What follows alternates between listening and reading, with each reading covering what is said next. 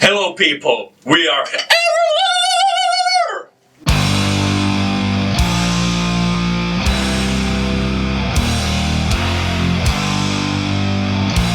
You came up with it, so...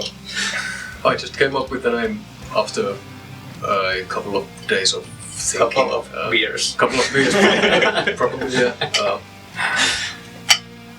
It has a kind of a never-ending story feel to it. Means nothing, but sounds like very power metal. What is it? Well, at the moment the quarantine situation is quite calm in Finland. We're scratching our balls and playing heavy metal. Me and Samu, we worked on the side project Beyond the Catacombs album. Yes. I recorded the guitars. That's what I did for most of the quarantine. Yeah, and I've been mixing and playing bass for writing lyrics and singing.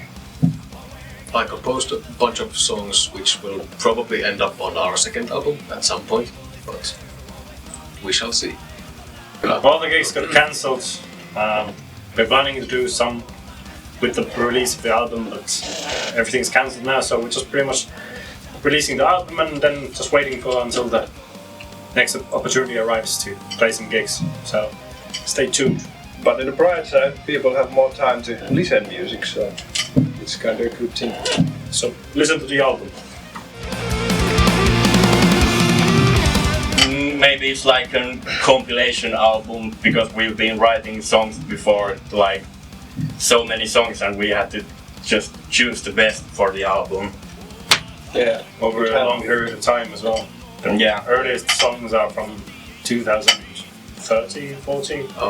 Yeah. One of my songs, The Book of My Tales, is actually from, I'd say, 2011. So the songs themselves are, some of them are new and some of them are almost up to 9-8 years old. Yeah, So but it's a compilation of what's happened before, and this is the current state.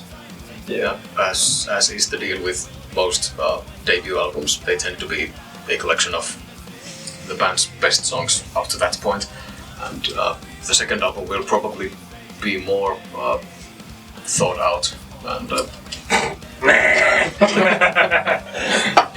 trying to be professional here. yeah. But it's pretty funny because we have 3 composers and I think it's keep the material fresh and the songs are very different from each other because we have different styles to compose. Yeah, and the way we make music, we haven't done. I don't think we've done any songs like as a group, like together. We've always composed the song and written the lyrics alone at home, and then we gather around to the rehearsal space and start working on the song, and then it sort of becomes an Everlore song. That's the way I see Yeah, how it goes. there ain't that much arrangement that the band does. Like, after all, of course, everyone has a like. Everyone has a say in the song. Yeah, of course. If someone sees an issue with the song, we can discuss it, and no one gets offended if someone has a suggestion in order to improve the song. And I think that's a big strength in a band. You Yeah. should work as a unit, and you should listen to other people. I think it took a considerable amount of time to make the album. We started recording the drums, was it December of 2018? I think it Yes, was. I think so. It took 1 day. Yeah, they The had drums were done in a It was day, and 2, the rest of the yeah. album took 1.5 years. So that was a good start, but after that, some things happened. And I think that the bass line was very simple and straightforward as well. I did most of the recording at home. I did all of it at home. And our producer Yeah. was happy with those, so Yeah. it was good. we had some technical issues with the guitars, I but I don't don't think think technical issues with guitars. certain. How many Technical guitars did we issues. use? Like 3 different guitars. and Yeah, 3 different guitars. Went to the repairs twice. Ibanez, Gibson and Solar. Yeah, we went through a couple of guitars, but in the end, it was the right choice because our producer is incredibly strict about. He's a fucking tyrant, that's why. But that shows. You can hear it in the end product. It was worth it. Yeah. And then came the vocals, and it took like almost a year, like 9 months. I started, I think, in autumn, and finished with lyrics 9 months later. And we had to do, because in the meantime I moved to another place, another city, so I had to do those in the sessions, and it was like 4 hours at a time. And we did like 20 something sessions all along. It took a good while to get the vocals recorded, but it was worth it. And the same strict kind of a method applied to the vocals as well. I thought I had a strict taste for vocals, but our producer was, like I said, is a fucking tyrant. He's amazing. He's a genius in that sort. So the album was produced by Teemu Liekkala of Red 11 fame, and mastered by Jarno Alho, who was a genius in my opinion. Both of those guys are freaking geniuses in their own field. Yeah. And I think it was right from the beginning we knew that this album is going to be, like I said, a compilation of what happened before and what the state of Everlore is right now. So it was from the beginning we knew that we're going to put the best album we can make at this level. It's the first one, but we didn't want to rush it. We didn't want to make any compromises. We just want to compromise anything. We just want to make as good quality album as we could.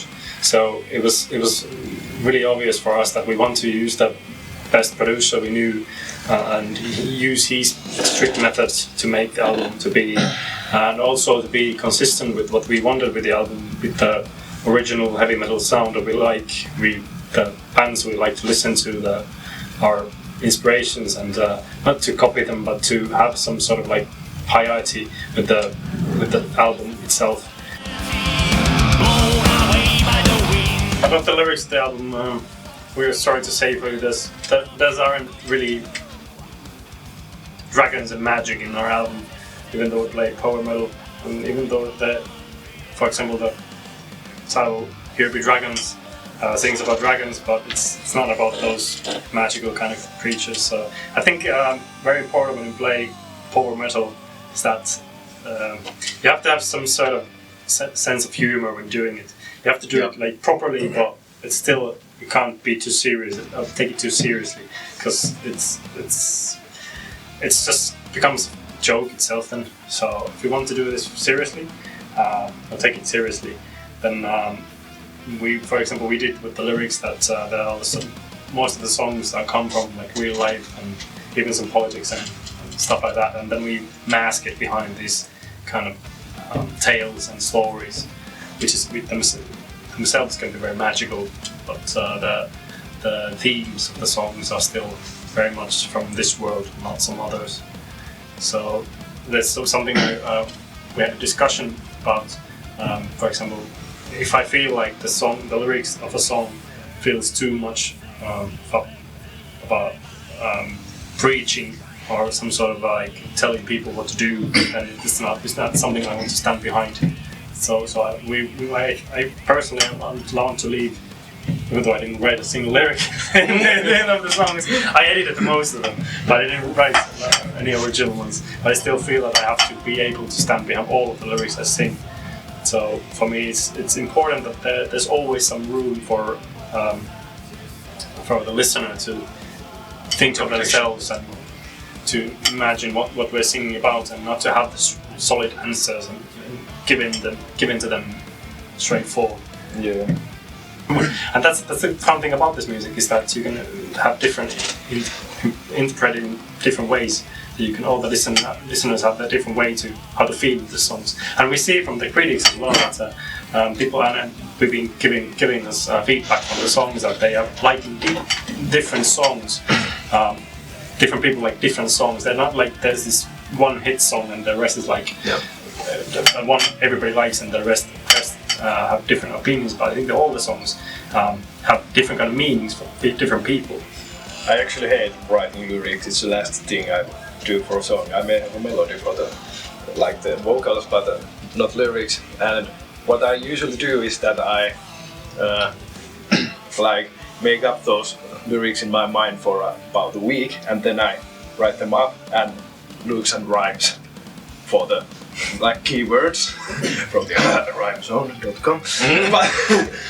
But actually the Bleeding Land is very funny because it's one day we were going to practice that, and I think Jonas was in the first time singing that song, and we didn't have lyrics for that yet. So I wrote those lyrics during one math lecture in university. And now afterwards I think they're not bad, they're okay. Okay. It was a mistake to put a dragon, because everybody thinks Rhapsody. After they were disappointed because it wasn't Rhapsody. I think the dragon was going to be the cover when we started playing power metal, so there has to be a dragon if it's power metal release. It's the one cliche we So it was destined to be on the cover ever since the day you joined the band. We started the band. I think the airship has been theme we have had in several songs, and flying itself.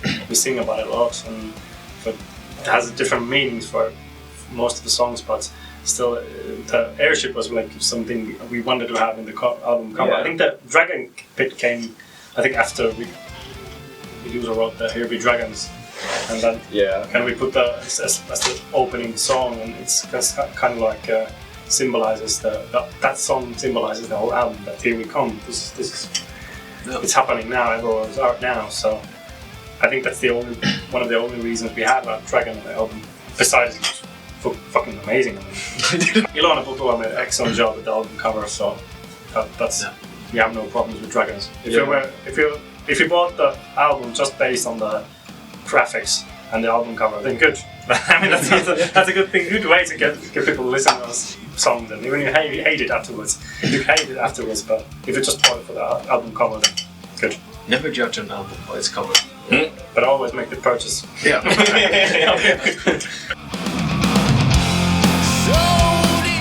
Well, it depends what you wanna get from music. If you wanna get your living, then I think it is if you wanna do this as your main job. But otherwise, I think it's gonna just hurt your musical output if the label controls too much your what you're gonna write and play. Yeah, but there's kind of a problem if you want to get gigs. The places won't take you seriously because you're signed, and if you want to get signed on a label, they won't take you seriously because you haven't done any big gigs. It's big fucking mess, and then you can't do anything at all. Yeah, It's a vicious cycle. Yeah, but this way, releasing the album independently, we have retained our own vision, and we can basically do whatever we want. That's a huge. I think it was one of the big things from the beginning that we already decided that we're not even going to try to get a label behind us for this album, because it's just the musical. I mean, I would pay money to see you having an argument, some producer and a label, kind of get those things happen in the album. It'd be a mess. It'd be full. Heads would roll. Heads would roll. So it's not going to happen. And I don't think the aspirations we have for the album, for the band, are not in line with sort of putting us in a tube where we're a product that has to be sold. Of course we want to play gigs, and of course we want to sell the album, but I mean, I think the music itself is more important for us than actually getting. Label is fine as long as it doesn't affect the music. I don't think we've had any huge Fuckups. Yeah, fuck-ups on stage. It usually has to do with the moments before the gig or after the gig, and usually it's the audience's fault. Yeah, the audience fucked up quite some time. No. I mean, I think it's something to do with we practiced for a long time before I actually played the first gig. So we had years of just training together, And when we went to the gig, it was quite complete. So, and some of us have more experience doing making live concerts, so it wasn't like the first time for us.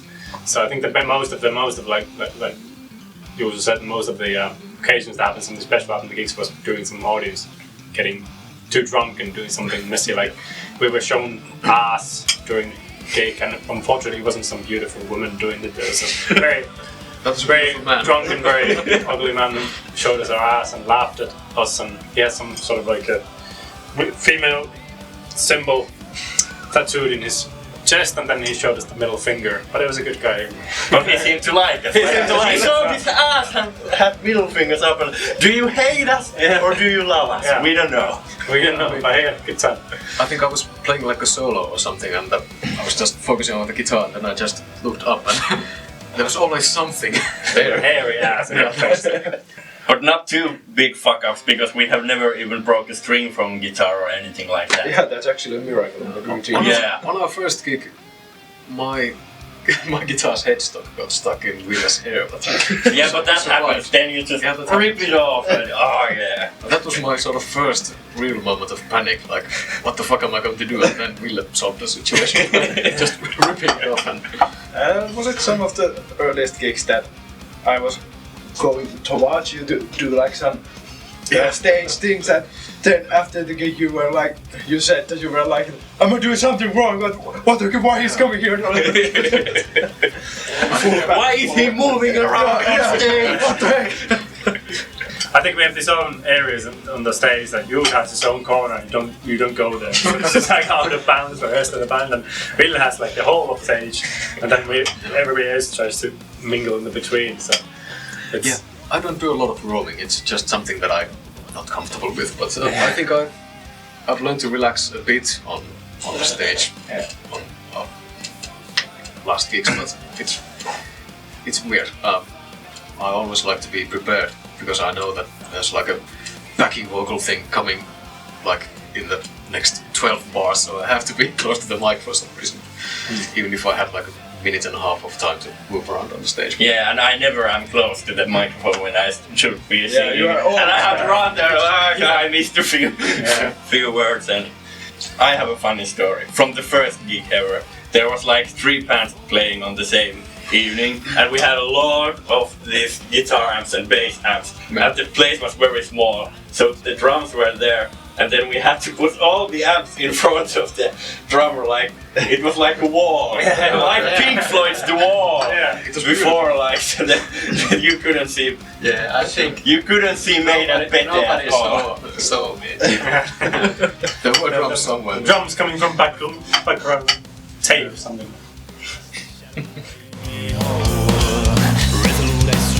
Baby Metal. It's a new album of Baby Metal. Very good. Haters gonna hate. It's fucking good. We are gonna cut this out soon.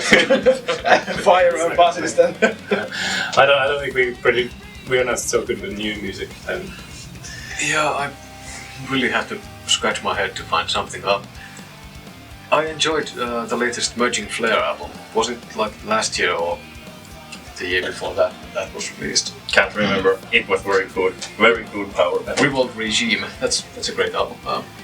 Then I really enjoyed Winter Sun's Forest Seasons. That's sort of semi-recent, but not really recent album, but that was good. Yeah, I think the first album or the first albums Battle Beast made were very good as well. I like those. I don't like them. Unfortunately, I'm not really a fan of the new ones, but the early ones were really good. that was tough.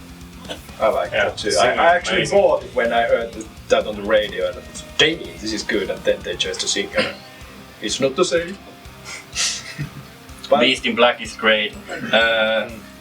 Twilight Force, if you think like power metal style stuff. I did like the Psych Work album, the Karelian Hills. Yeah. How about Warbringer? Have you heard? Nope.